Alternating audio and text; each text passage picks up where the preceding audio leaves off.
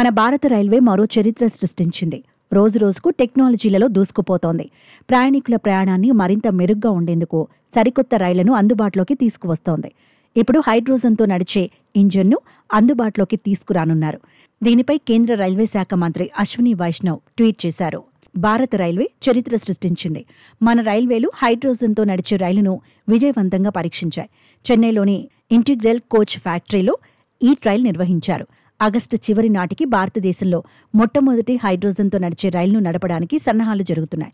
ఇది జింద్ సోనీపట్ మధ్య దాదాపు 90 కిలోమీటర్ల దూరం నడుస్తుంది. ఈ హైడ్రోజన్ రైలును కేంద్ర రైల్వే మంత్రి అశ్విని వైష్ణవ్ ధృవీకరించారు. టెస్ట్ రన్ వీడియోను సోషల్ మీడియాలో షేర్ చేశారు. దీంతో పాటు దాదాపు 35 ఇలాంటి రైళ్లను నడపడానికి ప్రణాళిక ఉంది. ఇది నాన్ ఏసీ రైలు అవుతుంది. దీనికి 2 హైడ్రోజన్ ఇంధన శక్తి ఇంజన్లుంటాయి. దీంతో పాటు దీనికి 8 ప్యాసింజర్ కార్లు అంటే కోచ్లు ఉంటాయి. ఈ రైలును ఉత్తర రైల్వే జింద్ సోనీపట్ ట్రాక్పై నడుపుతుంది. దీని వేగం గంటకు 110 కిలోమీటర్లు ఉంటుంది.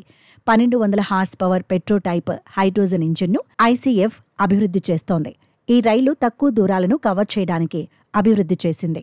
ICF general manager Subbarao Deccan హెరాల్డ్కి ఇచ్చిన ఇంటర్వ్యూలో మాట్లాడుతూ మొదటి పవర్ కారుగా పిలిచే దీనిని పరీక్షించామని చెప్పారు.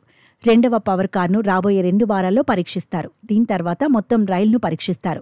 ఇందులో 8 ప్యాసింజర్ రైళ్లుంటాయి. ఆగస్టు 31 నాటికి మొదటి హైడ్రోజన్ ఆధారిత రైలును నడపాలని ప్లాన్ చేస్తున్నామని అన్నారు. తుది పరీక్షను ఉత్తర రైల్వే నిర్వహిస్తుంది. ప్రతి రైలుకు 80 కోట్లు ఖర్చవుతుందని అంచనా వేస్తున్నట్లు వెల్లడించారు. కొండ మార్గాల్లో మౌలిక సదుపాయాలకు మద్దతు ఇవ్వడానికి ఒక్కో రూటుకు 70 కోట్లు ఖర్చవుతుంది.